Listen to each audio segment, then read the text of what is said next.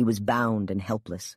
No matter how much he raged in one moment, no matter how much he prayed in another, no light pierced the swirling darkness of his torn, tumultuous, tormented soul.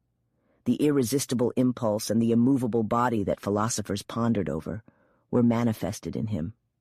While he almost despised the new woman, while he almost loved the old, the fact that he didn't fully commit to either was significant. Indeed, he knew that he was glad Enid Nixon had entered his life.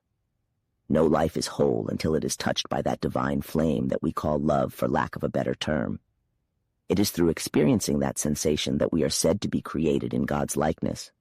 The image becomes blurred as our animalistic nature dominates, but it becomes clearer when the spiritual aspect takes precedence.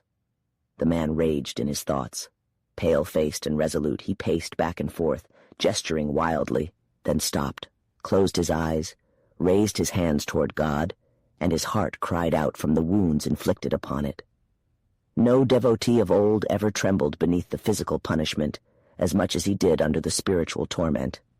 He prayed for the possibility of both living and dying simultaneously. He desperately searched for a solution to his predicament that would allow him to maintain his honor, self-respect, and loyalty, while also being with this woman, but his efforts were in vain. He attempted to reconcile the past with the present, fully aware of the futility of such an endeavor. One aspect had to reign supreme. He had to steadfastly adhere to his ideas and ideals, or he had to inevitably choose the woman. The battle that raged within him was truly horrifying. In moments of despair, he wished that he and she had perished together in the darkness before all this befell him. The torrents unleashed by the heavens had brought her to him. Oh, if only they had carried him away from life's troubles, trials, anxieties, obligations, and impossibilities. If they had journeyed together. And then he realized that he was even grateful for the torment because he had laid eyes on her, loved her, and been loved by her. He observed himself with a peculiar and detached curiosity. There was a woman who loved him, who had boldly and innocently confessed it. There was no one to oppose them.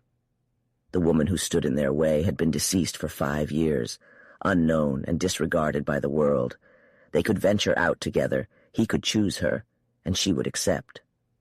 On impulse, he turned and urgently knocked on the door. Her voice granted him entry, and he stepped inside. Her heart ached for him. She was shocked and horrified by the torment she witnessed etched upon his face. If he had been stretched upon the rack with each joint dislocated, he could not have appeared more pallid and anguished. "I surrender," he exclaimed. "What do honor and self-respect mean to me? I want you. I have moved on from the past. You love me, and every part of me belongs to you completely. Oh, my goodness, let's discard these foolish, idealistic concerns that have kept us apart. If a person's thoughts reveal their guilt, I am already disloyal to the other woman, deeply and entirely so. I have betrayed her, disgraced her, abandoned her. Let me have some recompense for what I have endured. You love me. Come to me." "No," the woman replied, and no task had ever been more difficult for her. "I do love you. I won't deny it. Every bit of me responds to your plea. I would be so happy that I can't even imagine it. If I could hold your hand, rest my head on your shoulder, feel your heartbeat against mine, surrender myself to you, I would be so joyful, but it cannot happen. Not now." "Why not?" the man begged.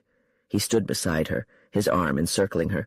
She didn't physically resist. It would have been useless. She simply placed her delicate hand on his broad chest and tilted her head back to look at him. "Look," she said, "how defenseless I am, how weak in your grasp. Every voice in my heart urges me to give in. If you insist, I can deny you nothing. I am powerless, alone, but it mustn't be. I understand you better than you understand yourself. You won't take advantage of such boundless affection, of such pitiable weakness." Was it the wisdom of calculation, or was it the wisdom of instinct that guided her decision? Resisting would have been futile. Strength lay in her vulnerability. Blessed are the humble, for they will inherit the world. Yes, that was true. She knew it now, if never before, and so did he. Slowly the man released her. She didn't even then draw away from him. She stood with her hand still on his chest. She could feel the pulsation of his heart beneath her fingers. "I am right," she said softly. It pains me to deny you anything. My heart desires you. Why should I deny it? It is my pride, not my disgrace. There is nothing above love like ours, he pleaded, wondering what incredible power she possessed, that she stopped him by a touch of her hand, a whispered word, a belief. No, love is life. Love is divine, but even God himself is bound by principles of righteousness. For me to be with you now, to marry you now, to be your wife, would be impure. We would not have that complete trust between us that must endure in that relationship.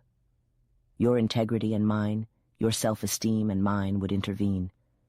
If I can't have you with a clear conscience, if you can't come to me in the same manner, we are better off apart.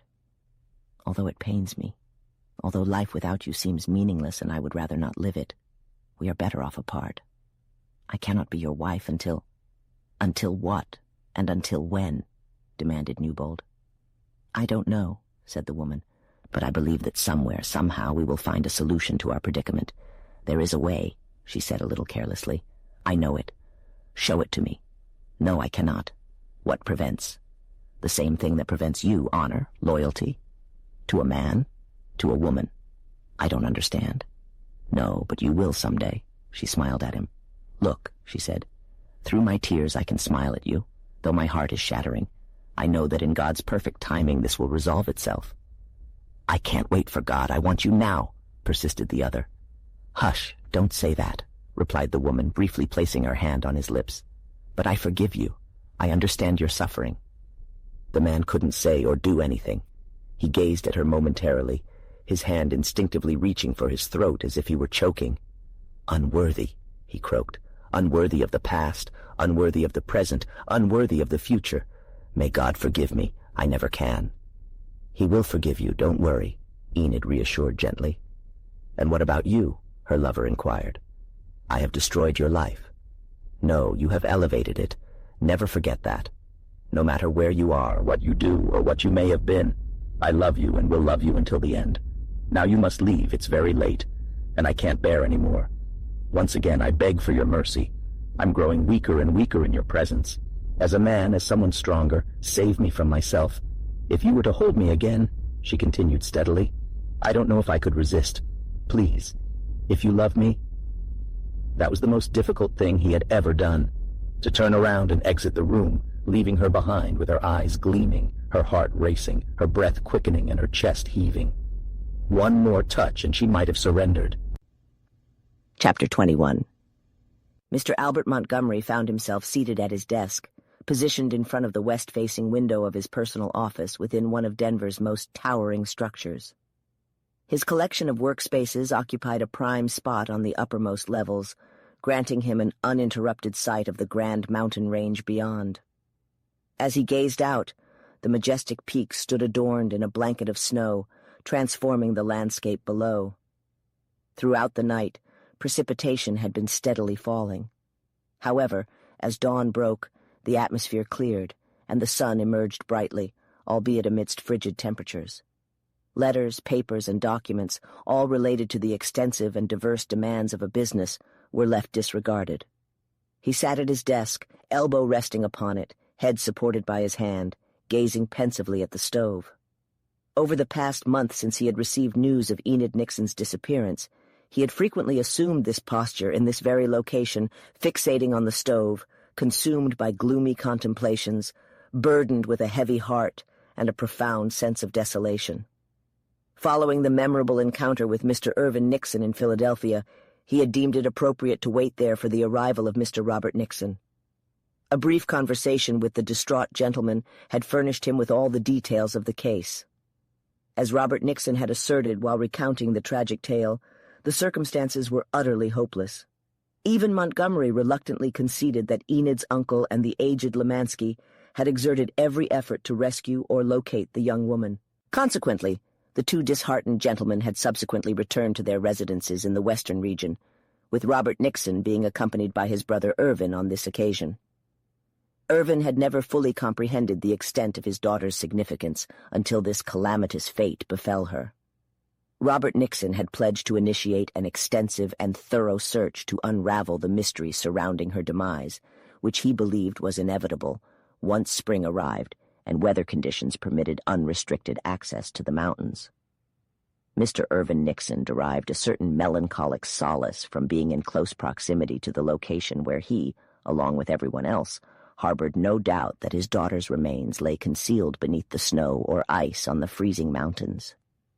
Robert Nixon entertained no other notion than the possibility of Enid's body being submerged in the lake. He planned to drain it, a task of engineering that posed no great difficulty. However, he also intended to search the hills on either side of the main stream where she had disappeared. There was a chance that she had wandered off and died from hunger and exposure rather than drowning. Either way, he would leave no stone unturned in his search for her. He strongly opposed Montgomery's impulsive decision to immediately venture into the mountains in search of her. Montgomery was not easily swayed from his intentions or easily deterred from any endeavor he set his mind to. However, by the time they reached Denver, winter had arrived, and even Montgomery recognized the futility of searching for a dead body lost in the mountains. It was logical to assume that Enid had perished, given the circumstances. The others pointed out to Montgomery that if Enid, the woman they all cherished, had miraculously survived the flash flood, she would have succumbed to the cold, starvation, and exposure in the mountains long ago.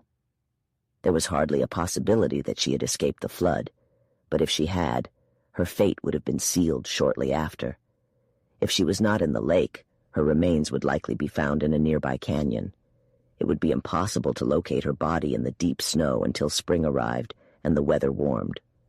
When the snow melted, the truth would be revealed. Alone, she would have been helpless. And assuming once again that Enid was alone, this conclusion was just as valid as the previous one. Now, no one held even a glimmer of hope that Enid Nixon was still alive, except perhaps her father, Mr. Irvin Nixon. They couldn't convince him. He was so old and set in his opinions and so completely unfamiliar with the conditions they tried to describe to him that he clung to his belief despite everything. And finally, they let him find whatever comfort he could from his futile hope without any further attempt at contradiction. Despite all the arguments, however, Mr. Albert Montgomery was not satisfied. He was as hopeless as the rest, but his temperament wouldn't allow him to accept the inevitable calmly. It was just possible that she might not be dead and that she might not be alone. There was hardly enough likelihood of this to justify a suspicion, but that doesn't mean there was none at all. Day after day he had sat in his office refusing to see anyone and rejecting any consideration, brooding over the situation. He loved Enid Nixon. He loved her before, and now that he had lost her, he loved her even more. Albert Montgomery's outwardly successful career had not always been admirable. In many aspects that are honorable and courageous, his actions and character had often been lacking, but even the morally corrupt can love, and sometimes love can transform if given a chance. The passion of Cimon for Iphigenia made a man and prince out of the rustic peasant. His genuine love for Enid Nixon might have done more for Montgomery than he himself or anyone who knew him as he was, and few who had such knowledge of him dreamed was possible. There was one thing that love couldn't do, however. It couldn't make him a patient philosopher, a good waiter. His principle of life wasn't very lofty, but in one way it was admirable. In that prompt, bold, decisive action was its main characteristic. On this particular morning, a month after the heart-wrenching disaster, his ability to endure passively had been pushed to the breaking point. The imposing white range was thrust in his face like a dare. The solution to the mystery lay hidden within its secretive depths. Somewhere, whether deceased or alive, beyond the towering wall of mountains, resided the woman he adored. It was impossible for him to remain still any longer. Logic, rationale, and all the arguments that had been presented suddenly lost their significance.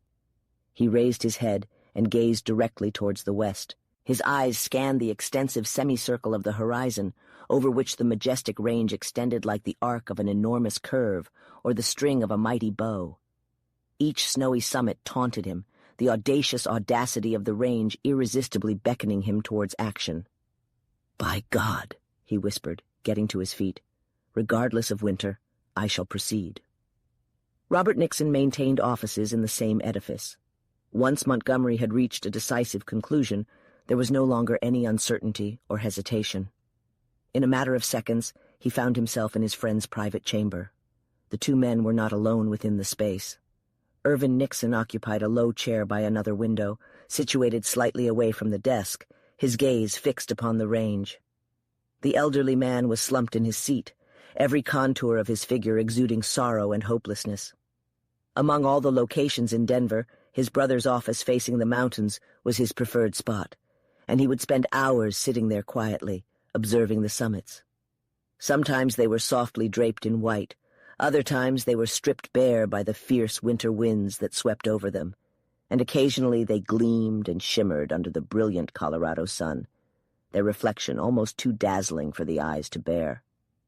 At times, they could only be discerned faintly through swirling snowflakes. Yes, the mountains also presented a challenge to him, enticing him to venture to the other side of the range. His heart longed for his child, but he was too advanced in years to undertake such an endeavor. He could only sit and pray and wait with such faint and fading hope as he could still hold on to until the arrival of spring. For the rest, he bothered nobody. Nobody noticed him, nobody paid attention to him, nobody cared about him. Robert Nixon conducted his business a little more quietly, a little more gently, that was all. However, the presence of his brother was a painful reminder and a reproach to him.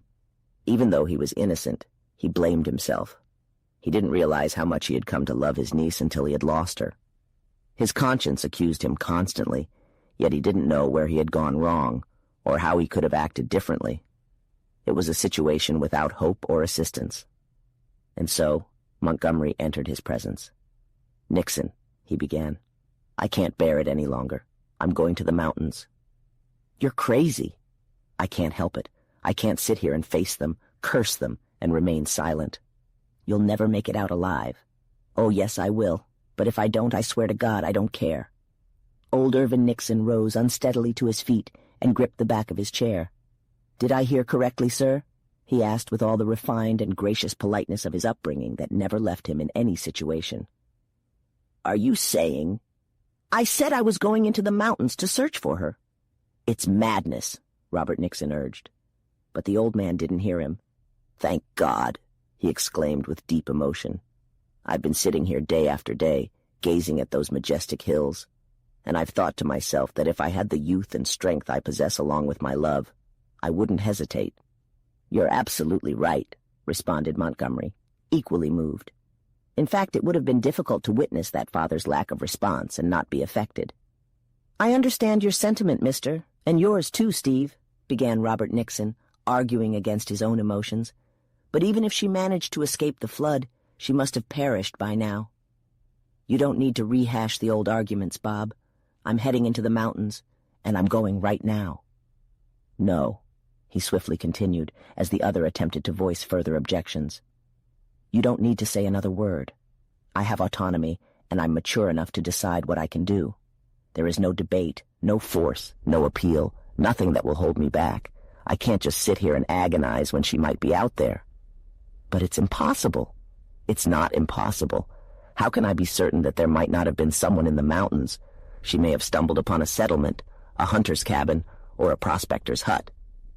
But we spent weeks there and didn't see anything, no signs of human presence. I don't care. The mountains are teeming with hidden corners that you could pass by without even noticing. She might be in one of them. I suppose she's dead, and this hope is all foolishness, but I'll never believe it until I've searched every square inch within a radius of 50 miles from your camp. I'll take the biggest gamble, the most daring one." "Well, that's fine," said Robert Nixon. "Obviously I plan to do that as soon as spring arrives, but what's the point in attempting it now? It's important to me. I'm either going to lose my mind here in Denver, or I have to go searching for her there. But if you venture into those mountains alone, you'll never return. I don't care whether I do or not. It's pointless, old man. I am going, and that's all there is to it." Robert Nixon was well acquainted with men. He could discern finality when he heard it or saw it, and it was abundantly clear that he was face to face with it in that moment. It was futile for him or anyone else to say more. "Very well," he said. "I commend your emotions, even if I don't think highly of your practicality." "To hell with practicality," exclaimed Montgomery triumphantly. "It's love that motivates me now." Just then, there was a knock on the door. A clerk from an adjacent office, given permission to enter, announced that old Lemansky was waiting in the reception area. "Bring him in," instructed Nixon eagerly, anticipating his arrival. He believed that the newcomer would undoubtedly aid him in dissuading Montgomery from his reckless and fruitless undertaking. "Good morning, old man," drawled Lemansky. "Howdy, Montgomery. My regards to you, sir," he said, lowering his voice slightly as he respectfully nodded towards Mr. Irvin Nixon, a bereaved father. "Lemansky, you've arrived at just the right moment," Robert Nixon immediately began. "Always glad to be in the right place at the right time," smiled the older man. "Montgomery here," continued the other, determined in his goal, "says he can't wait until spring and the thaw to search for Enid in the mountains." Lemansky did not hold any affection for Montgomery. He didn't care for him at all, but there was something in the man's audacious bravery, something in the way he confronted the perilous challenge of the mountains that moved the very core of the hardy frontiersman and everyone else present. He gave him a nod of approval. "I'm telling him that it's ridiculous, impossible, that he's risking his life for nothing, and I want you to tell him the same thing. You know more about the mountains than either of us." "Mr. Lemansky," Irvin Nixon trembled, "let me speak. I don't want to influence you against your better judgment, but if you could sit here as I have and consider the possibility that she might still be there, alive and in need, you wouldn't say anything to discourage him." "Why, Steve," protested Robert Nixon, "surely you know I would risk anything for Enid. Somehow it feels like I'm being put in the selfish position by opposing him." No, said his brother. "It's not that. You have your wife and children, but this young man—" "Well, what do you say, Lemansky? Not that it matters to me what anyone says. Come on, we're wasting time," interrupted Montgomery, who, now that he had made up his mind, was eager to leave. "Mr. Montgomery," Lemansky replied firmly, "I never thought highly of you in the past, and since you've come up with this latest plan of yours, I think I have the right to call you a fool, which you are, and I'm another one, because I'm going into the mountains with you." "Oh, thank goodness," exclaimed Irvin Nixon fervently. "I know you don't like me," Montgomery responded. "That's irrelevant. Perhaps you have reasons to dislike me, perhaps you don't. I don't particularly like you either, but there's no one else on this planet I'd rather have accompany me on a mission like this than you, and here's my hand on it." Lemansky shook it vigorously. "This doesn't mean I'm committing myself," he said cautiously. "As far as I'm concerned, you're not good enough for Miss Nixon, but I admire your determination, Montgomery, and I'm going with you. It's no good. It won't produce anything. Most likely we'll never come back again. But just the same, I'm going along. Nobody's going to show me the trail. My nerve and determination when it comes to helping a young female like that girl is as good as anybody's, I guess. You're her father," he said, turning to Irvin Nixon, "and I'm not related to her. But by gosh, I believe I can understand better than anyone else here what you are feeling." "Lemansky," said Robert Nixon, smiling at the other two, "you have completely changed your mind. I thought you had more sense, but somehow I think it's contagious, because I am going along with you two myself." "And can't I join you?" pleaded Irvin Nixon, eagerly moving closer to the other three. "Not really," said old Lemansky quickly. "You don't have the strength, old man. You don't know those mountains either. You'd be helpless on a pair of snowshoes. There isn't anything you could do. You'd just be a burden on us." "Without mentioning anything about myself, which I'm too modest for that. There aren't 3 better men in Colorado to take on this job than Mr. Montgomery and Bob Nixon. And well, as I said, I won't mention any other names." "God bless you all, gentlemen," faltered Irvin Nixon. "I think maybe I was wrong, a little biased against the West. You guys are men that would bring honor to any family, to any society in Philadelphia or anywhere else." "Well, darn it," said Lemansky, his eyes sparkling. "There aren't any 3 men on the Atlantic coast that can match up with 2 of us here, not to mention the 3rd. "Well," said Robert Nixon, "the thing now is to decide what to do." "My plan," said Montgomery, "is to go to the old camp." "Yep," said Lemansky, "that's a good starting point, as my seafaring father from Cape Cod used to say. And what's next?" "I am going up the canyon instead of down," said the man with a sudden idea. "That's not a bad idea either," agreed the old man. "We thoroughly searched the ground down the canyon, Maybe we can find something up it." "And what do you propose to take with you?" asked Nixon. "What we can carry on our backs. We will set up a camp somewhere around where you did. We can find enough strong men in Morrison who will carry in what we need, and with that as a foundation, we will explore the higher parts of the range." "And when do we start?" "There is a train for Morrison in 2 hours," answered Montgomery. "If we hurry, we can get the sleeping bags and equipment we need before then." "If we're going to do it, we might as well get a move on," agreed Lemansky, getting ready to leave. "Right," answered Robert Nixon sternly. "When 3 men set out to make fools of themselves, the sooner they do it and get it over with, the better. I have some business matters to take care of. You two grab what we need, and I'll contribute my share." A week later, a small group of men on snowshoes, bundled up in fur up to their eyes, each heavily burdened with a pack, stumbled into the clearing where the Nixon camp had once been pitched. The area was covered in snow, of course, but they discovered a relatively flat space on a rock ledge halfway up the hill. Working diligently, they constructed a basic hut, which they covered with canvas and tightly packed snow to prevent themselves from freezing to death. Luckily, they were blessed with a short period of pleasant weather, and within a few days they had a camp that was livable enough. Nixon, Lemansky, and Montgomery labored alongside the others. Initially, there was no thought of searching. Their survival depended on building a suitable shelter, and it wasn't until the helpers had left their burdens behind and departed that the 3 men even considered their next steps. "We must start a systematic search tomorrow," declared Montgomery decisively, as they sat around the cozy fire in the hut. "Yes," agreed Nixon. "Should we go together or separately?" "Separately, of course. We're all strong and experienced men. Nothing is likely to happen to us. We'll regroup here every evening to plan our next day's work. What do you think, Lemansky?" The old man had been quietly smoking while the others conversed. He smiled at them in a way that piqued their curiosity and gave them the sense that he had news to share.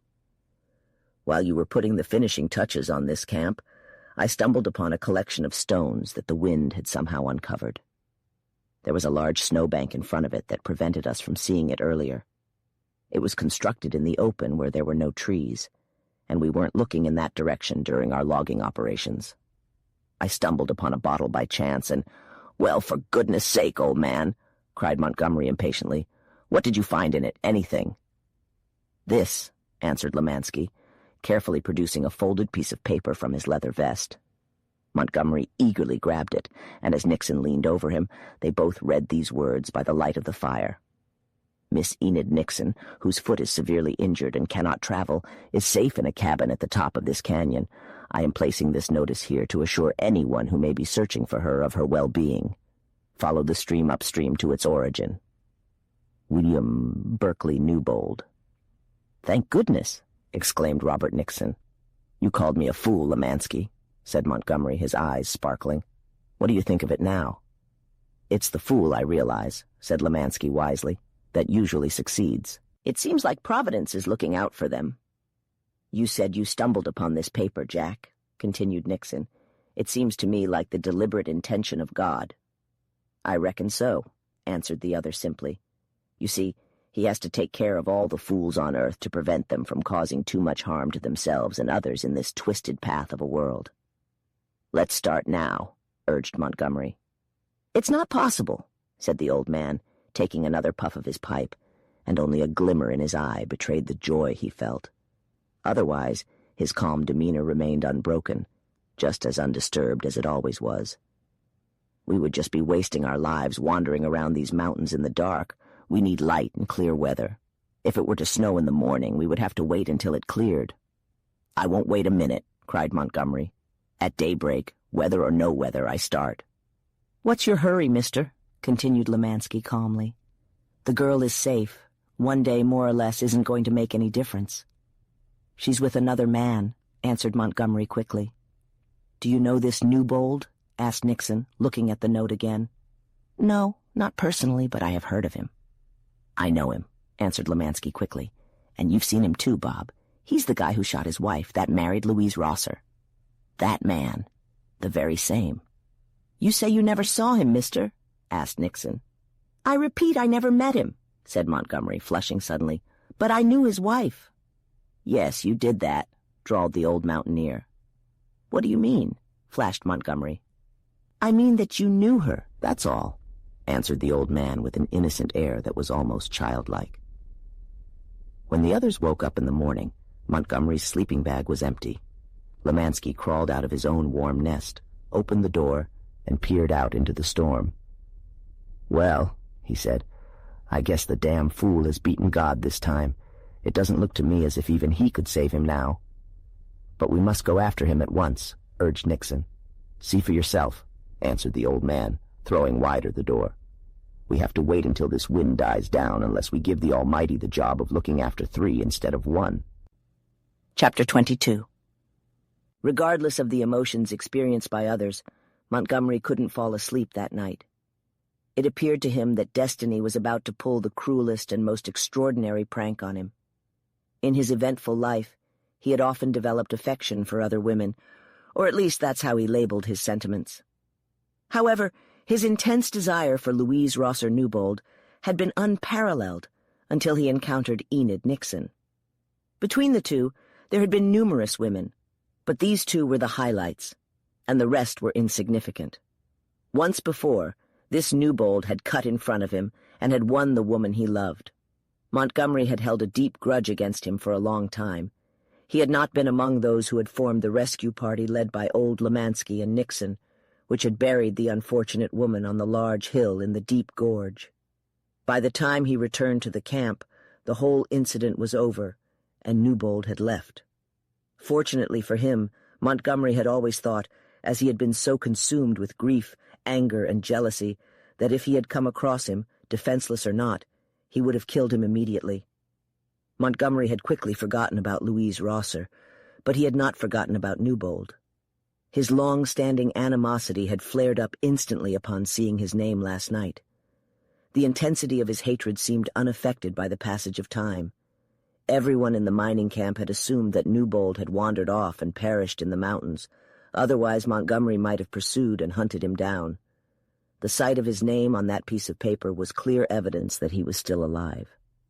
It was almost as shocking as a resurrection, but a resurrection of hatred rather than love. If Newbold had been completely alone in the world, if Montgomery had come across him in solitude, he would have hated him just as much. But when he realized that his longtime enemy was with the woman he now loved, his hatred grew even stronger, surpassing his previous resentment. He couldn't determine when the notice, which he had examined carefully, was written. There was no date on it, but he could only reach one conclusion. Newbold must have come across Enid Nixon alone in the mountains very shortly after she left, and he had kept her with him in his cabin alone for at least a month. Montgomery clenched his teeth at the thought. He didn't underestimate Newbold's character, even though he had never seen him. He had heard enough about him to understand what kind of man he was. The bond that connected Montgomery to Enid Nixon was strong, but the bond that held her to him, if it even existed, was very fragile and easily broken. Maybe it was already broken, which made him hate Newbold even more. In fact, his animosity was so intense and growing that he didn't find any joy in knowing that the girl was safe at the moment. However, he wasn't completely unfair. In calmer moments, he thanked God in his own rough way that the woman he loved was alive and well, or at least was when the note was written. He rejoiced that she hadn't been carried away by the flood or lost in the mountains, forced to wander and eventually starve and freeze to death. For a moment, the thought of her being close made his heart beat with joyful anticipation. The certainty that he would search for her again at daybreak made his cheeks flush with warmth. But these thoughts would be replaced by the knowledge that she was with his enemy. Was this man going to steal his latest love just like he had stolen the first?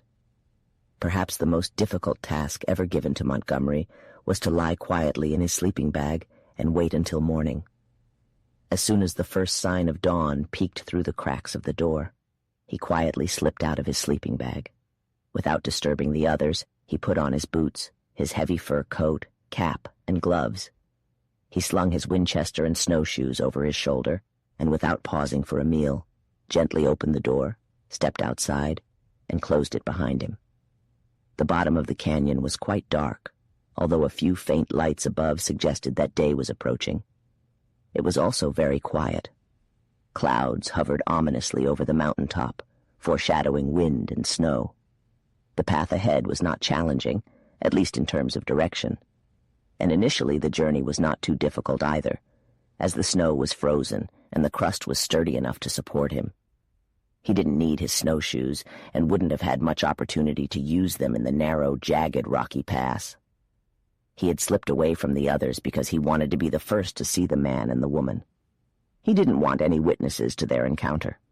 Of course, they would have to catch up later, but he desired an hour or two alone with Enid and Newbold, without any interruptions. His conscience was troubled, and he couldn't decide what course of action to take. He couldn't fathom how much Newbold knew about his previous attempt to steal away his wife, or how much he had disclosed to Enid Nixon. Montgomery couldn't speculate on whether Newbold had divulged everything as soon as he discovered the quasi-relationship between Montgomery and Enid. And Montgomery didn't believe that the woman he loved could spend a month in anyone's presence without revealing something about him. Still, it was possible that Newbold knew nothing, and therefore said nothing. The situation was paralyzing to a man of Montgomery's determined temperament. He couldn't decide on the course of action he should take. His actions in this, the most critical emergency he had ever faced, had to be determined by circumstances that he felt resentful about. He would have to leave what should be under his control up to chance. The only thing he was certain of was that he would stop at nothing, not even murder or lying, to win the woman and settle his score with the man. He only had one option, which was to continue up the canyon. He had no idea how far it would be, or how long it would take to reach the shelf on the high hill where her hut stood. The crow's flight distance couldn't be too far, but the canyon twisted and turned through the mountains like lightning. Therefore he marched on with urgency, recklessly speeding over treacherous snowy areas and icy rocks that could lead to his demise. After about an hour and having covered roughly 4 miles from the camp, the storm suddenly unleashed its fury upon him. It was now daytime, but the sky was filled with clouds and the air with snowflakes driven by the wind. He struggled to make any progress against the strong gusts roaring down the canyon. It was a localized storm. If he could see through the snow, he would have noticed calmness at the mountain peaks. It was one of those sudden squalls of wind and snow that raged with great force while they lasted, but their coverage was limited, and their duration was as brief as their intensity. A man with less determination would have accepted the inevitable and sought shelter behind a rock until the storm had passed.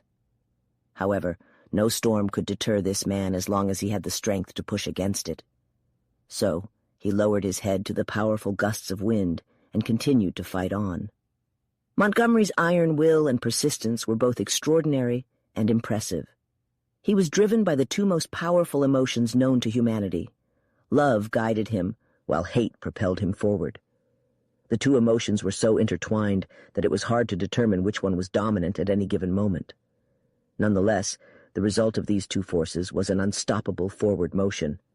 Soon, Montgomery's fur coat was covered in snow and ice, and the storm's sharp needles cut his face whenever it was exposed. The wind penetrated his clothing, chilling him to the core. He hadn't eaten since the previous night, and his energy levels were not at their peak. However, he continued to push onward and upward, displaying an indomitable spirit. Excelsior! Meanwhile, in the hut, Lemansky and Nixon anxiously waited by the fire, hoping for the wind to die down and the snow to cease falling. They eagerly anticipated Montgomery's arrival as he persevered through the treacherous conditions. As he followed the twists and turns of the canyon, he avoided venturing to the summit of either side and taking shortcuts across the range. He was aware, based on various signs that his experienced mind recognized, that he was steadily ascending. The height of the surrounding pine trees decreased, the air became thinner and colder, and breathing became more difficult due to his sustained exertion. His heart throbbed rapidly, indicating that he was nearing the end of his journey. He deduced that he must be nearing the origin of the stream and would soon stumble upon the shelter. He had no way of determining the time, as he wouldn't dare unbutton his coat to check his watch. It was challenging to keep track of the passing minutes in such surroundings, but he estimated that he had covered approximately 7 miles in 3 hours, a painfully slow progress in the last 2. Each step forward was a struggle. Suddenly, After a sharp bend in the canyon, a narrow passage between towering cliffs led him into a pocket or circular amphitheater that appeared to be closed off on the opposite side. The bottom of this enclosed valley was blanketed in snow-laden pines, their branches weighed down under heavy loads. In the midst of the pines, a small, frozen lake glistened, its icy surface adorned with the same brilliant white carpet. He wouldn't have noticed any of this had the sudden storm not abruptly ceased, almost as quickly as it had begun. In fact, his eyes were momentarily blinded by the intense sunlight, now high in the sky, which shone directly in his face, a stark contrast to the earlier grayness of the snowfall. Panting and drained, he halted and leaned against the sheer rocky wall at the entrance of the canyon. This was undeniably the end of the trail, with the lake serving as the source of the frozen stream he had traversed along its rugged and torn banks since daybreak. If he were to find what he sought, it would be here, if anywhere. Revitalized by the brief respite and heartened by the sudden stillness of the storm, he exited the canyon and climbed a small knoll, where he had an unobstructed view of the pocket beyond the tops of the pines. Shielding his eyes from the brightness with his hand as best he could, he slowly surveyed the surroundings with anticipation, seeing nothing until his gaze landed on a massive trail of rocks jutting out from the snow, indicating the path up to a wide, barren ledge of the mountains across the lake on the right. Following this, he noticed a substantial mass of snow that vaguely outlined a hut. Was that the location? Was she there? He stared captivated, and as he did so, a thin wisp of smoke ascended above the snow heap and swayed in the chilly, tranquil air. That must be a human dwelling, none other than the hut mentioned in the message. Enid Nixon must be there, and Newbold. The lake lay directly ahead, beyond the trees at the base of the hill and between him and the slope leading to the hut. If it had been summer, he would have been compelled to follow the water's edge to either the right or left, both journeys involving challenging paths with little difference between them.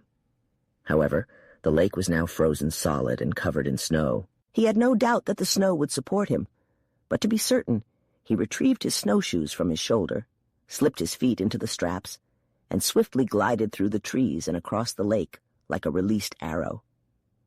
In just 5 minutes, he arrived at the foot of the towering stairs. Removing his snowshoes, he scrambled up the broken path, easily finding a trail in the snow that appeared to have been traversed daily. Within moments, he reached the top of the ledge.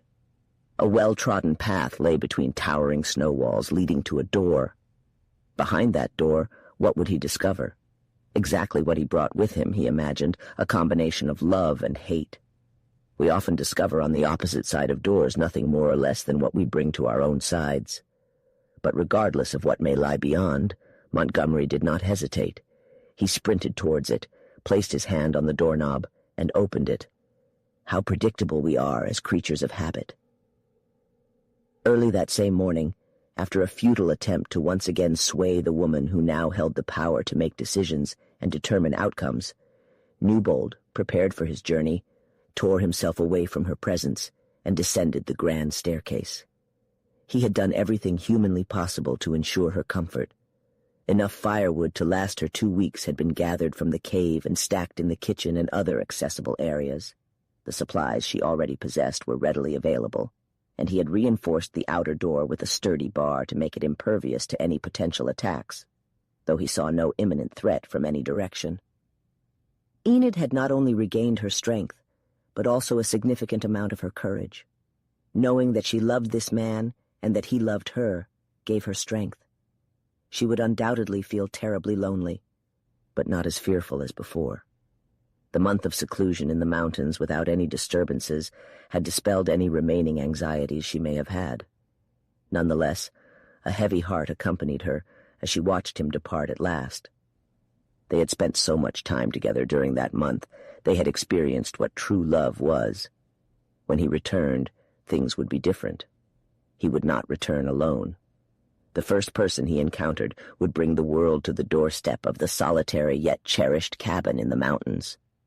The world, with all its inquiries, implications, suspicions, condemnations, and accusations. An explanation would need to be provided, an answer must be given, and a solution to the problem must be found. What these would entail, she could not say. Newbold's departure felt like the end of an era to her. The curtain fell, and when it rose again, what could be expected? The only solace lay in the fact that she loved him. As long as their affections aligned and intertwined, nothing else mattered. With the solution resting next to her melancholic beating heart, she remained supremely confident that love, or God, as there was little difference between them, not enough to mention one over the other, would pave the way. Their parting had been unusually distant and sudden. She had recognized the peril he might face, and she had extracted a hesitant promise from him to be cautious. "Do not squander your life. Do not even risk it. Remember that it belongs to me," she had pleaded. And just as easily as she had implored him, he had vowed. He had given his word that he would not send aid to her, but rather bring it back, and she had unwavering faith in that promise. A faith that, had he been inclined to break his word, would have rendered it utterly impossible. There had been a lengthy clasp of hands, a lingering gaze, a deep breath, a reverberating heartbeat, and then farewell. They dared not do more. Once before he had left her, and she had stood on the plateau and followed his disappearing figure with anxious, troubled thoughts until it had been lost in the depths of the forest below. She had restrained herself in this second separation for his sake as well as her own. Under the ashes of his stern control, she recognized the presence of smoldering embers that a breath could ignite into flames. She dared not show any emotions while he was present, but when he closed the door behind him, the need for self-restraint was lifted. She had placed her arms on the table and rested her head on them, trembling with intense emotions that were not eased by a single tear. Crying was reserved for lighter hearts and less demanding circumstances. His position, in the end, was the easier of the two. As was customary, it was the man who ventured onto the battlefield, while the woman could only wait passively for the outcome of the conflict. Although his vision was blurred with emotions, he had to consider his progress, and there was still one task to be completed before he could embark on his journey towards civilization and rescue. It turned out to be fortunate that this obligation detained him. He was the kind of compassionate man whose compassion extended to his animals. The poor little donkeys needed attention, and their safety had to be ensured to the best of his ability, as it would be impossible for Enid Nixon to take care of them. In fact, he had already obtained a promise from her that she would not leave the plateau and risk her life on the icy steppes that she was unfamiliar with. He had gone to the enclosure and gathered enough food for them, which, if it had been given to them daily, would have lasted longer than the week he planned to be away. Of course, he understood that they would consume it in half that time, but even so, they would likely experience only minor discomfort before his return. These preparations took some time. It had become quite late in the morning before he began his journey. There had been a fierce storm raging when he first looked outside, and at her sincere request, he postponed his departure until it had subsided. Finally, he finished his tasks at the enclosure. He had done everything he could for both of them. Now, all that remained was to find the quickest and safest route to the settlement. Carrying the pack that contained his axe, gun, sleeping bag, and provisions to sustain him until he reached civilization, he set off. He did not glance up at the cabin. In fact, he could not see it as the enclosure was almost directly beneath it. However, even if it had been fully visible, he would not have turned back. He could not trust himself to do so.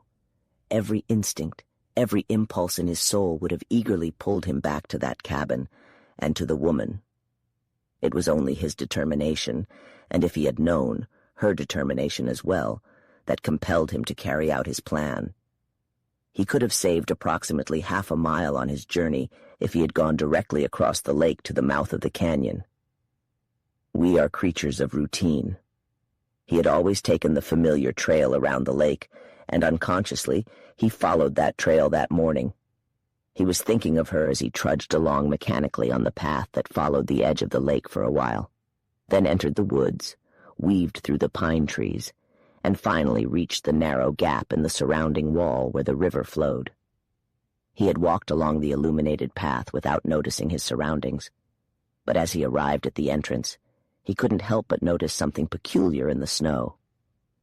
Robinson Crusoe, when he discovered the famous footprint of Man Friday in the sand, was not more surprised than Newbold on that winter morning, because there, in the untouched whiteness, were the footprints of a man. He abruptly halted, his heart suddenly tightening. Another human being in this wilderness, apart from him and her. It seemed impossible. For a moment he doubted his own senses. He removed his backpack and stooped down to examine the footprints, trying to decipher their meaning. He could tell that someone had come up the canyon, leaned against the wall, and continued onwards. Where had they gone? Following the new trail was simple for him. He ran alongside it until he reached the small hill. The stranger had paused again, shifting from one foot to another, clearly searching for someone, most likely Enid Nixon. The trail continued towards the frozen lake, where the man had put on snowshoes and swiftly glided across the ice. Just like an arrow, leaving his own snowshoes behind, Newbold chased after him, taking advantage of the compacted snow. The trail led straight to the base of the rocky stairs. The newcomer had easily found his way there. With a pounding heart and racing pulse, Newbold himself sprinted up the slope after the stranger, noticing signs of the other person's prior ascent. Reaching the summit like the stranger, he hurriedly descended the narrow trail and, in his turn, placed his hand on the door. He was correct. He heard voices from within. He paused for a moment to listen, then forcefully swung the door open, and just like the stranger, stepped inside. Far behind on the path, old Lemansky and Robert Nixon, now that the storm had subsided, were swiftly ascending the canyon. Destiny was bringing all the participants of the small play under her influence. Chapter 23. The sound of the door opening and the rush of cold air that followed immediately woke Enid Nixon up. She stood up and faced the entrance, expecting Newbold to come back. It had to be him, and she couldn't help but feel a burst of happiness in that momentary anticipation which completely transformed her. Although, if she had taken a moment to think, she would have remembered that throughout their acquaintance, Newbold had never entered her room without knocking and getting her permission first. Some of that joy still lingered on her beautiful face when she finally recognized the newcomer in the dim light. Montgomery, barely bothering to close the door, eagerly stepped forward with his hands outstretched. "Enid!" he exclaimed. Naturally, he assumed that the look of hopeful happiness he had seen on her face was for him, and he explained its sudden disappearance as a result of his unexpected, unannounced entrance. A warm flush had colored her face, but as she stared at him, her expression quickly changed. She grew paler. The happy glow that had been in her eyes vanished, and as he approached her, she recoiled. "You!" she exclaimed, almost in fear. "Yes," he replied with a smile. "I have finally found you. Thank goodness you're safe and well. Oh, if you only knew the hardships I've endured. I thought I loved you when I left you 6 weeks ago." But now, with eager impulsiveness, he moved closer to her. Another moment, and he would have embraced her, but she rejected him.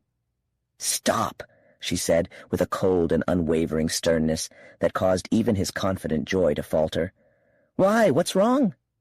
"What's wrong? Everything, but—" "No evasions, please," the man said, still cheerful but growing uncertain. His suspicions, momentarily set aside by his relief at seeing her alive and well, resurfaced with renewed strength. "I left you practically promised to me," he continued. "Not so fast," Enid Nixon replied, determined to resist any attempt to establish a binding claim on her. "Is that true?" Montgomery asked. "Hold on," he said before she could answer. "I'm half frozen. I've been searching for you since early morning in the storm." As he spoke, he unbuttoned and unbelted his large fur coat and carelessly tossed it onto the floor beside his Winchester rifle leaning against the wall. "Now," he resumed, "I can talk more clearly." "You must have something to eat, then," the girl said. She welcomed the interruption, as it gave her time. She hadn't quite figured out how the conversation would end. He had caught her off guard, and she hadn't planned what she needed to say to him. She needed time to think, to gather herself, and he was willing to give her that time, as he was just as unprepared for the discussion as she was. He was truly hungry and exhausted. His early journey had been reckless, and extremely dangerous. His intense admiration for her, combined with the thrill of her presence and the likely proximity of Newbold, whose location he pondered, did not aid in his speedy recovery. It would also bring him comfort to have food and time. "Take a seat," she said. "I'll be back shortly." The morning fire still blazed in the stove in the kitchen. Heating a can of soup, making him some buttered toast and hot coffee only took a few moments. She returned with them, placing them on the table in front of him, and urged him to dig in. "By golly!" exclaimed the man after a while as he began to eat quickly, but with great enjoyment, what she had prepared, while she silently watched over him. "This is cozy." A warm, comfortable room, delicious food served by the most amazing woman in the world, the most beautiful girl on the planet to behold. What more could a man desire? This is how it will always be in the future. "You have absolutely no justification for saying or hoping that," replied the girl slowly but firmly.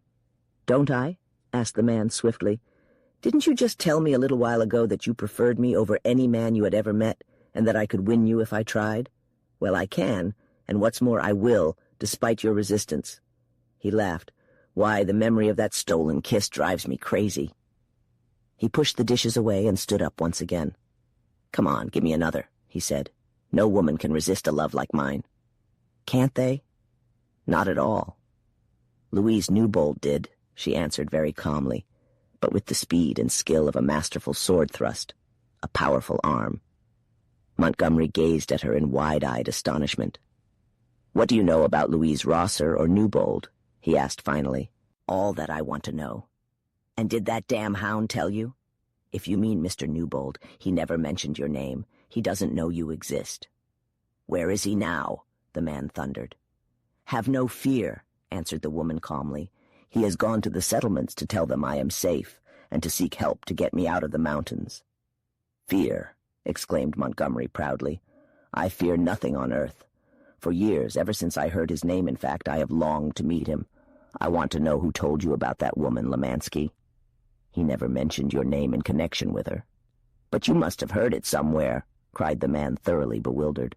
"The birds of the air didn't tell it to you, did they?" "She told me herself," answered Enid Nixon. "She told you. Why, she's been dead in her grave 5 years, shot to death by that murderous dog of a husband of hers." "A word with you, Mr. Montgomery," said the woman with great spirit. "You can't talk that way about Mr. Newbold. He saved my life twice over, from a bear and then in the cloudburst which caught me in the canyon." "That evens up a little," said Montgomery. "Perhaps for your sake I will spare him." "You?" laughed the woman contemptuously. "Spare him. Be advised, look to yourself. If he ever finds out what I know, I don't believe any power on earth could save you." "Oh," said Montgomery carelessly enough, although he was consumed with hate and jealousy, and raging against her clearly evident disdain. "I can take care of myself, I guess.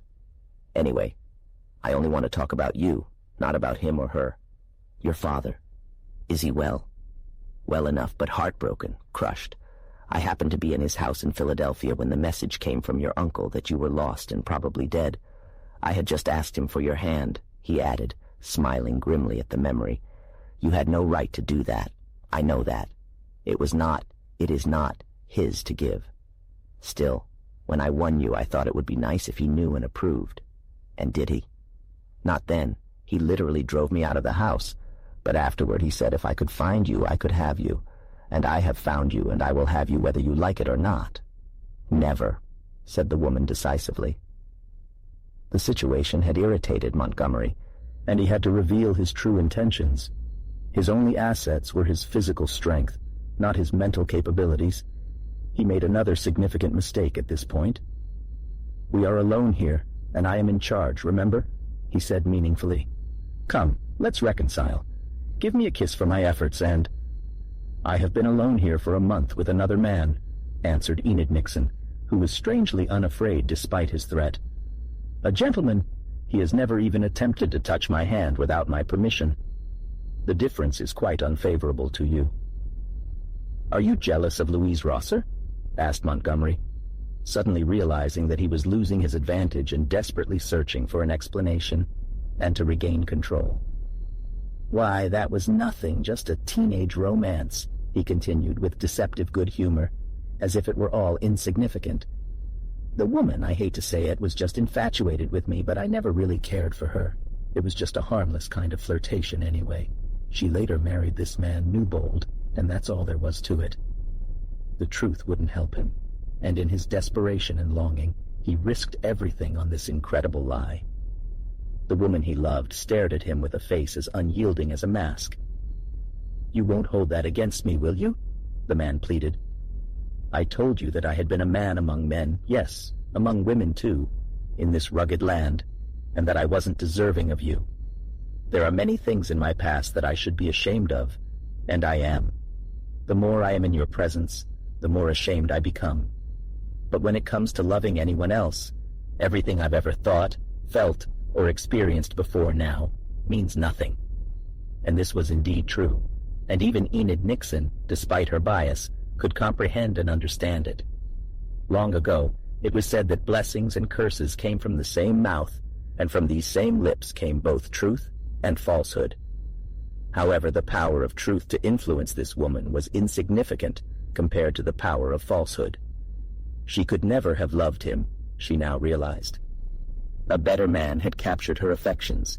A nobler being had claimed her heart. But if Montgomery had told the truth about his relationship with Newbold's wife and then followed it with his passionate declaration of his current love for her, she would have at least admired and respected him. "You haven't told me the truth," she replied directly. "You have deliberately been dishonest." "Can't you see," the man protested, moving closer to her, "how much I love you?" "Oh, that, yes, I suppose that is true. I will admit that you do love me, as far as you are capable of loving anyone." "As far as I am capable of loving anyone," he repeated after her. "Give me a chance and I'll show you." "But you haven't told the truth about Mrs. Newbold. You have slandered the deceased. You have tried to protect yourself by blaming the weaker person for your guilty desire. It's not manly. It's not—" Montgomery was a bold fighter, quick and decisive in his choices. He made another attempt to clear his name. He risked everything on another gamble, feeling that the odds were somehow stacked against him. "You're right," he confessed, anxiously wondering how much the woman truly knew. "It wasn't true. It was a cowardly act, and I'm ashamed of it. I'm so deeply in love with you that I hardly know what I'm doing, but I'll be completely honest now. I had some feelings for Louise Rosser before Newbold entered the picture. We were committed to each other, but then a foolish argument broke out and she became jealous of other girls." "And didn't she have a reason to be?" "Oh, I suppose so. Anyway, we ended things, and she ended up marrying Newbold, probably out of spite or whatever you want to call it. At the time, I thought my heart was shattered. It hit me pretty hard. It was 5 or 6 years ago. I was young then, but now I'm a grown man. The woman has been dead for a long time. There was some far-fetched tale about her falling off a cliff and her husband being forced to shoot her.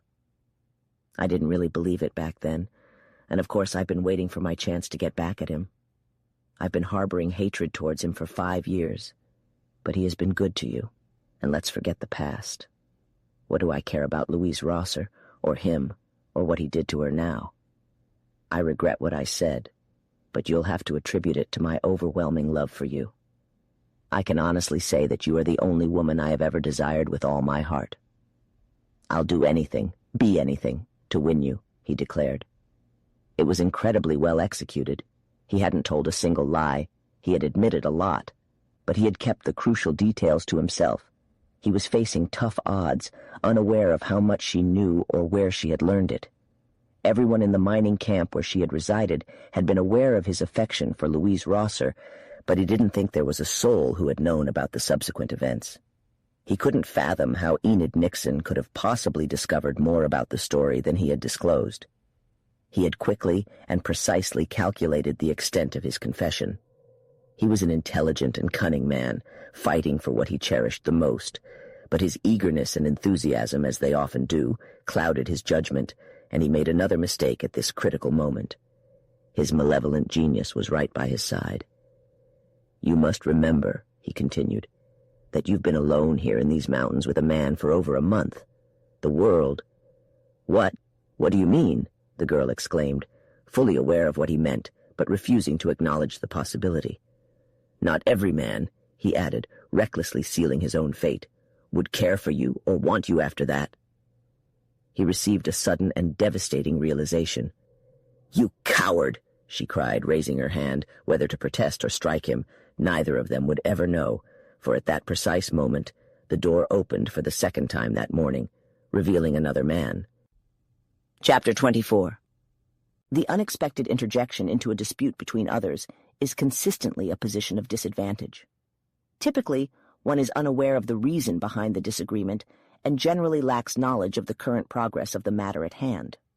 Newbold faced the consequences of his lack of knowledge, and these disadvantages were further compounded.